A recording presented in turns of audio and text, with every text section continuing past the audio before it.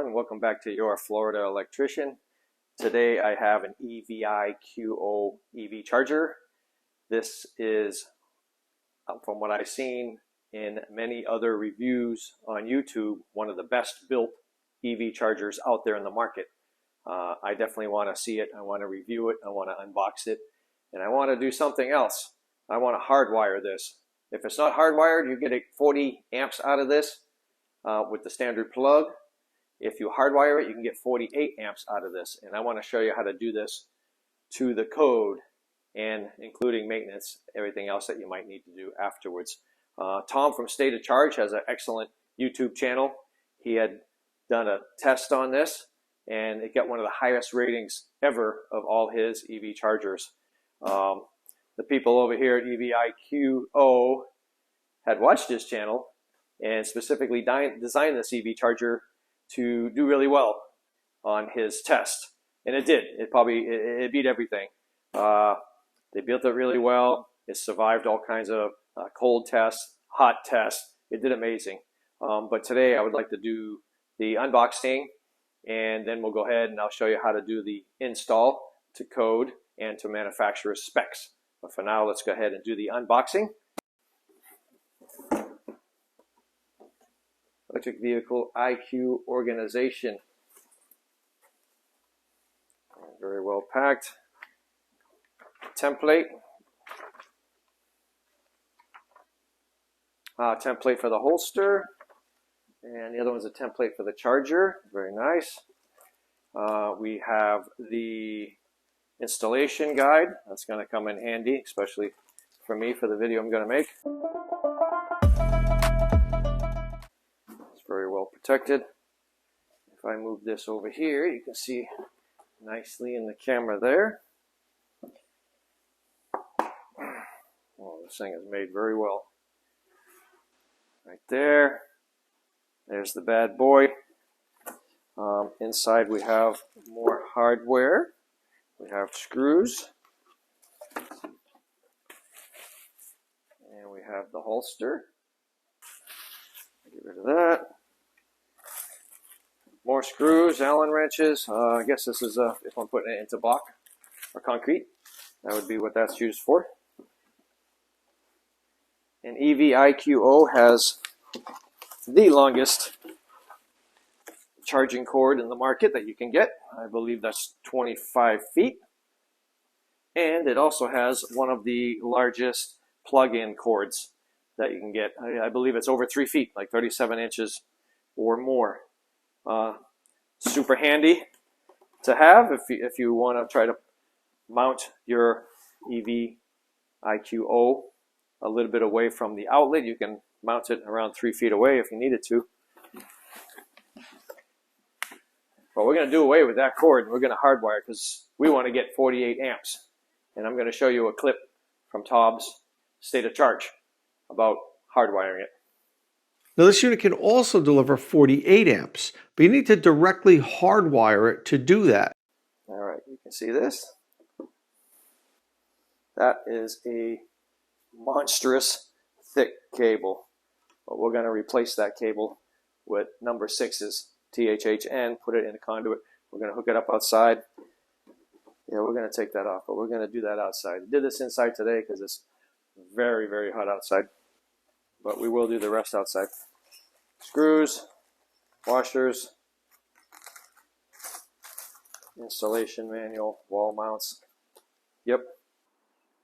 Okay guys, it's install day. We have our EVIQO EV charger level 2. It has already been unboxed, as you saw. Here's some of the materials you may need. Let's start over here with your instruction manual. You have your EVIQO template, your wall connector, charger hanger connector if you want to hang it up. Make sure you have a 60 amp breaker for your type of panel. You need 2 1-inch Carflex connectors, a bit of 1-inch Carflex. I have 3 feet here of each black, red. They gave me white. It doesn't matter, we can phase it. Red, white, in green. I'm not sure why he gave me white. I asked for black. But anyway, number 6, THWN-2. The color of the installation doesn't matter as long as we know what's going on. It's not 120. The hardware necessary for putting the charger on the wall. The tool that came with the EV charger for your security screw. Your torque screwdriver, that's necessary. You want to make sure you torque these connections. Some fittings for your drill, probably a Phillip and possibly a socket, but at least the Phillip, that's what these are. Some connector terminations. For my setup here, I have some wires coming to a junction box. And then we're going to butt onto those with these connectors and go into the EVIQO. Some ring terminations. This is my crimping tool. Some heat shrink if you want to do the heat shrink. I personally want to do the heat shrink. A heat gun for the heat shrink. Drill. And I think that's about it as far as the hardware. Some good weather helps. It's a little bit hot today, as you might be able to tell. But let's go ahead and get this thing started. I want to get this on the wall and get going. We're going to remove the cord that came with this EV charger. We're going to go ahead and remove it. And we're going to hardwire it per manufacturer's instructions and NEC code. So first things first, the manufacturer's mounting plate is here. I'm going to go ahead and take this off, or I don't think there's anything holding it at the moment.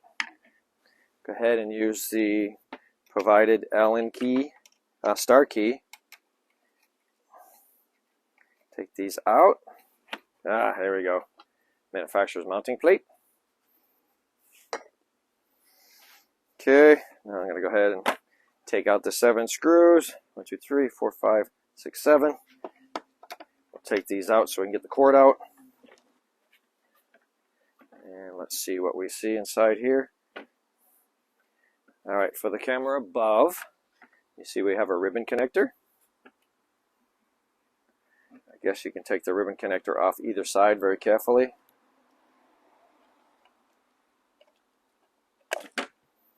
Okay, there's a little button you have to press right here. Take that ribbon connector off and gently put this elsewhere. We'll expose our terminations here. Okay, you see we have a ground termination, we have a line 1 termination, and we have a line 2 termination. These we want to take off. We don't need to worry about the torquing at this moment. We can just go ahead and loosen these up.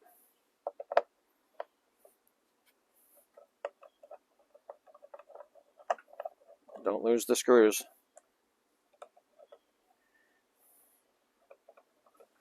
Take those off, take the ground off. Okay, this one doesn't have a little plate under it, it's just a screw for the ground. Okay, line 1 and 2 doesn't necessarily matter. They're both going to be 120 volts. Okay, we can take this off too. Those are disconnected.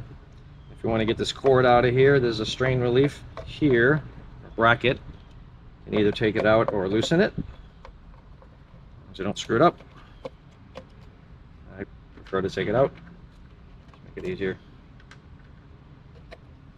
Okay, take that off, leave it with the screws. And then, of course, you get the real strain relief here. Let's see if I can get this out. Nope. Another piece of equipment you might need. Channel locks. A set of channel locks.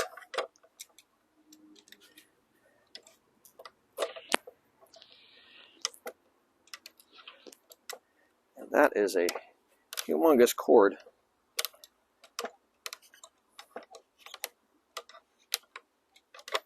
Alright, if it feels loose enough, let's go ahead and loosen that. And then we should, once we straighten these wires out, be able to note the construction. This is very durable. Huge cord, gone. Brand new cord. Okay. Now we want to put our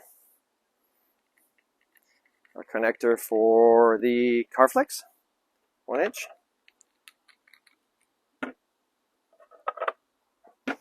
Okay, I want my piece of Carflex. I'm not sure how long we need it yet, but it doesn't matter. We're going to go ahead and put it on there. Carflex is there. Now it's probably a good time to decide how high we would like this. How high would we like this? We got a lot of cord here, 25 feet of cord.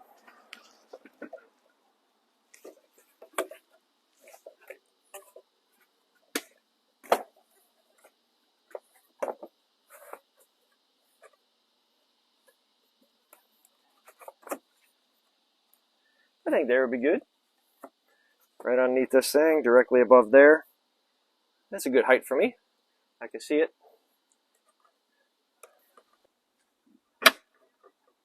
So if you look here, when this is slid in, this goes about where the bracket's going to go. So directly above that. Okay, I'm going to put a mark right in the center of where that bracket goes. Mark my holes. Mark my holes.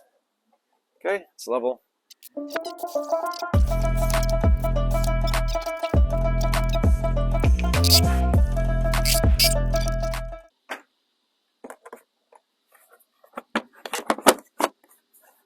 Exactly what it was too tight. Okay, that gives me a good test fit for here. So the reason why I put it up here now was to measure how much I need for flex and wire. Okay, so here's my wires already coming in from the panel. I'm going to what we call bug onto those, and we're going to measure this out. We want to put our flex connector on here, and this will give us a good indication of how much flex we need. I'm going to go ahead and mark it, cut it.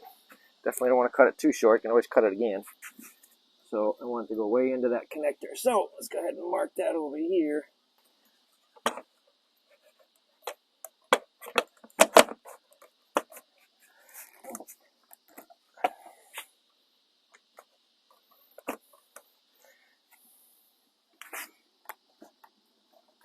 That's all I need. I can either wire it up on the wall or wire it on the table.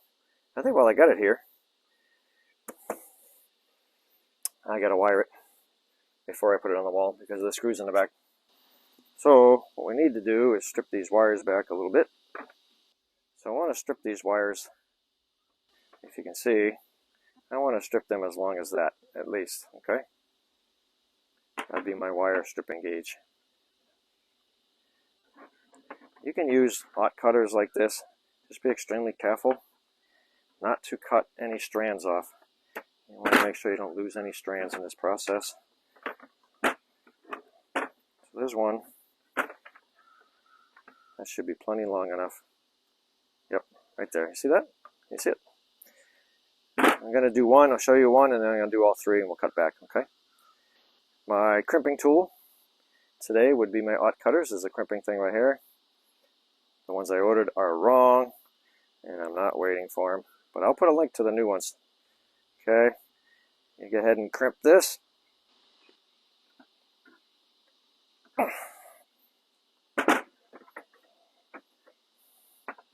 Okay, that is not coming off. Okay, that's not coming off. This, I could put over this and heat it up. And even if this did come loose, this will hold it on there. So I'm going to do that next.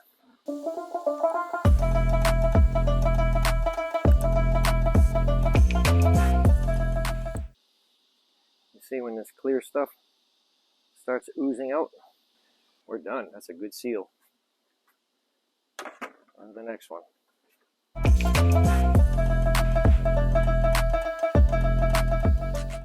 There you go. Heat shrink complete. Let's see if we can get a good shot of that. That is not a neutral. The white wire, yes, it's white. The guy at Home Depot screwed me. It's supposed to be the black one. Anyway, I know it's going to be hot. So there you go. Got our ring terminations on there with shrink. Okay, let's get this screw started.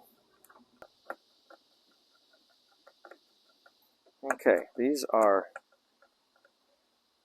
uninsulated connectors. We don't want them touching each other, kind of part of the reason why I did the shrink. Okay, we're going to use our torque wrench. Manufacturer says to make sure these connections are torqued to 12.39 inch-pounds. If you don't know how to use one of these torque wrenches, torque screwdriver, I have a video I'll show you up in the corner. So there's 12.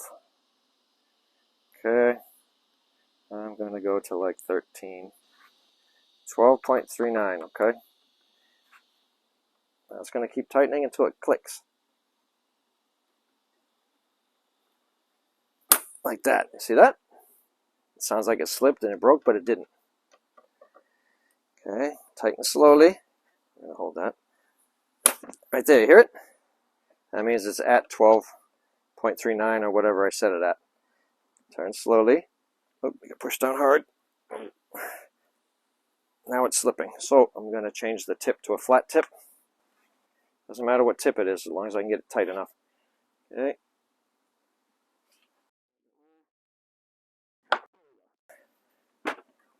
Now, that's important. 12.39. Manufacturer says, in 2 years, set your alarm. We need to come back to this. Okay? We need to open this back up and re-torque these connections. It's not unusual. You have to do that in your panel too when you install new stuff. You have to go back to it and re-torque stuff because of the heating and the cooling.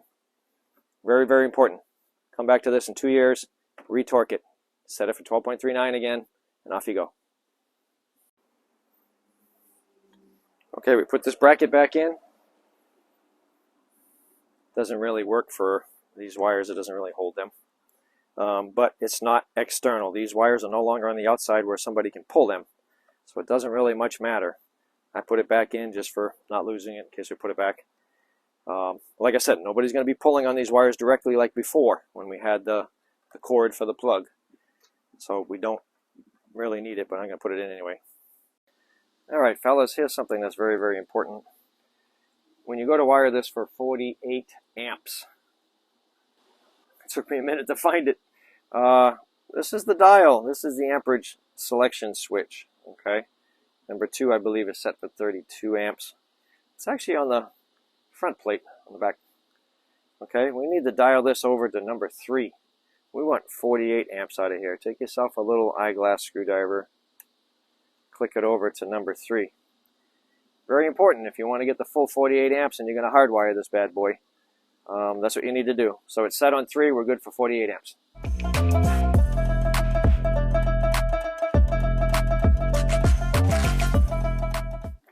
Okay, now we can hang this back on the wall, but we do need to put our Carflex connector on there. Feed the wires in, tighten this up,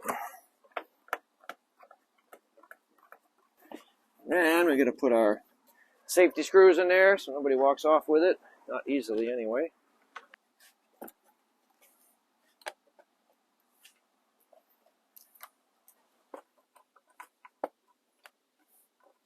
Alright, that's good and tight. I just noticed something.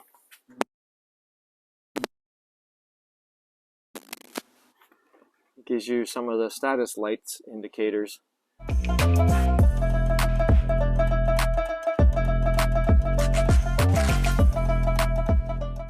Make sure you have a 60 amp breaker for the panel that you have. Another nice thing about the EVIQO EV charger is its 25-foot cord. If you wanted to, you could mount the cord down here, because I normally park right here anyway. So all I would have to do is just uncoil one thing, boop, right to my car. And I don't have to keep coiling it up if it's way over there like it is. Instead of leaving it on the ground where it's going to get run over. Even if it does get run over, and actually run over by a Cybertruck, I'll show you a clip. And last but not least, we ran over the connector with the Tesla Cybertruck, which is over 2.5 tons of weight.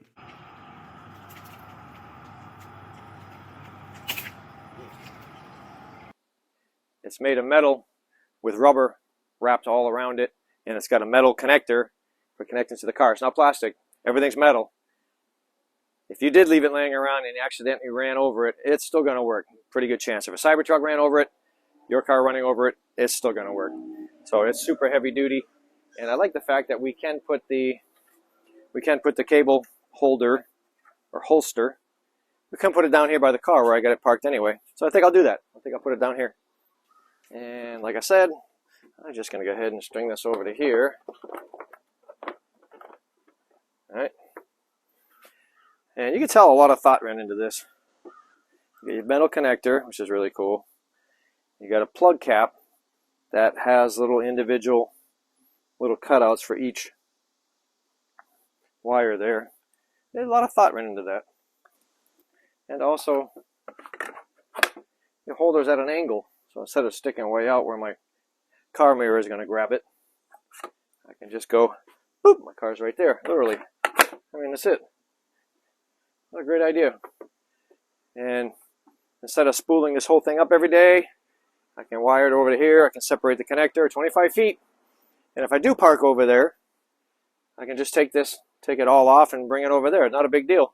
But I almost always park right here. This is exactly across from my my car. Let me show you. Boom! I'm going to put my adapter on here. Once we plug in our EV charger and get this thing updated. Okay, if I understand correctly, when I first turn it on, there's like a 20-minute updating period. I want to go on the app. I'm going to open the app and take a look and see what happens. Okay, when I go into the EVIQO the first time, it gives me this. It'll log in. Actually, I got to sign up. Sign up. I'll put my email in there. I'll block that for now. What can I use? I use your Florida Electrician.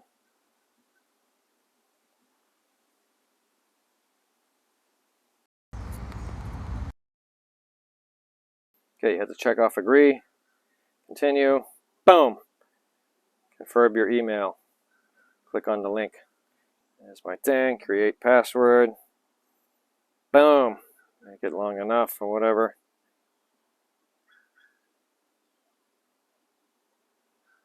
Okay, it says it's weak, but I don't care. Yep, phone number, probably going to send me a text message too.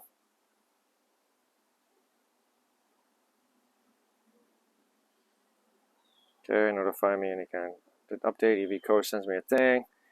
Would you like to send the yes? Allow. Add new device. Okay, I got to search on the Bluetooth. But I guess this is when I put device and smartphone close to each other, check that the device is sufficient proximity. I guess this is when it's a good time to turn the power on. Alright, I just turned on EVIQO. And I believe there's like a 20-minute update or something like that. Well, it's green. Green's good. Let's stop and go back to the other thing. Okay. Choose a Wi-Fi network.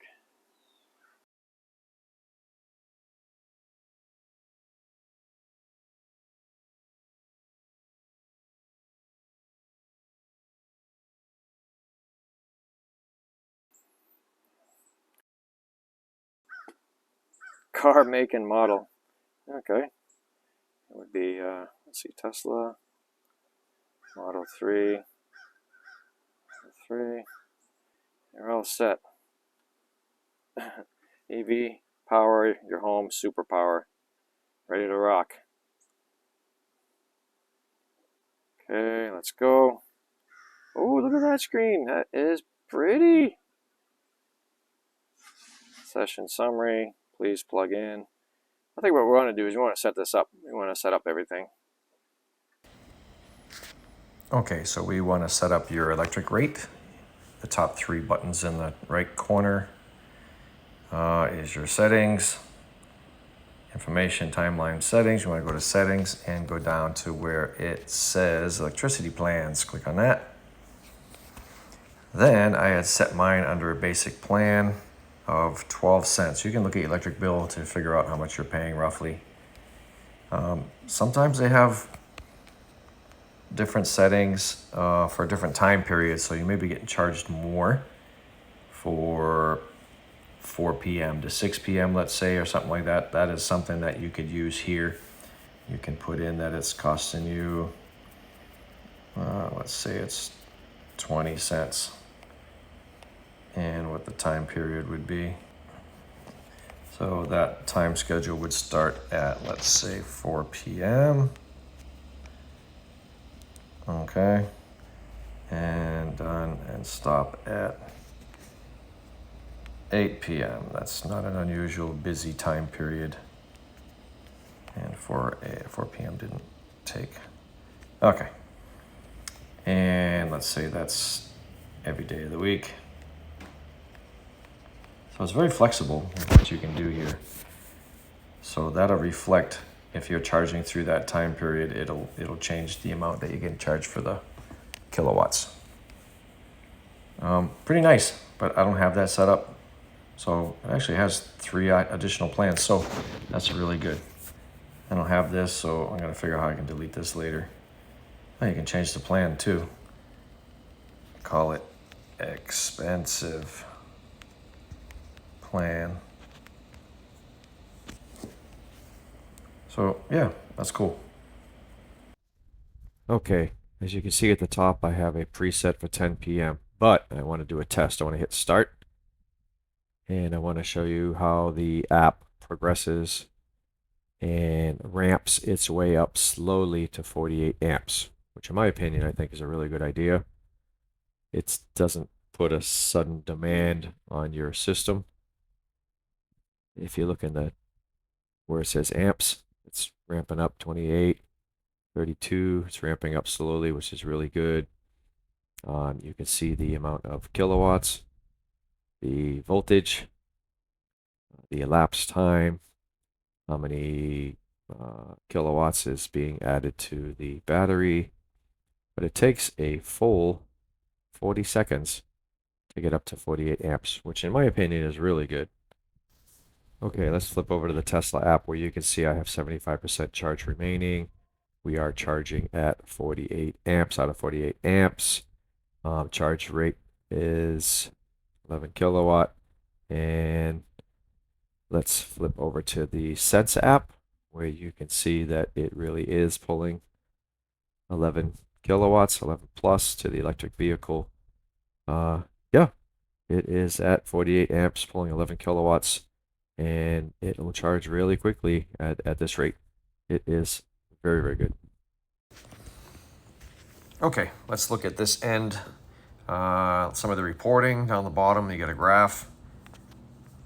Okay, you look down the bottom here, it says like the first 1 week. I used last week, 128 kilowatts. Total charge, you can see the bottom is go from left to right, Sunday to Saturday. It gives you roughly an idea which days you did more charging. In the middle here, it gives the cost roughly for the week. You can click for the month or for the 3 months. I haven't had it for 3 months yet, so it doesn't work. And same thing down here. You can break it down to 1 month. There's a couple of weeks worth of charging there. You can see one day I charged twice. Pretty neat. It tells you how many kilowatts and so on. And up towards the top, it gives you, let's see, 1 day and 1 hour. Yeah, that's because it overlapped from over midnight to the next day. So it counted as an entire day. But total consumption, 247 kilowatts since I started charging using EVIQO. 18 charge sessions.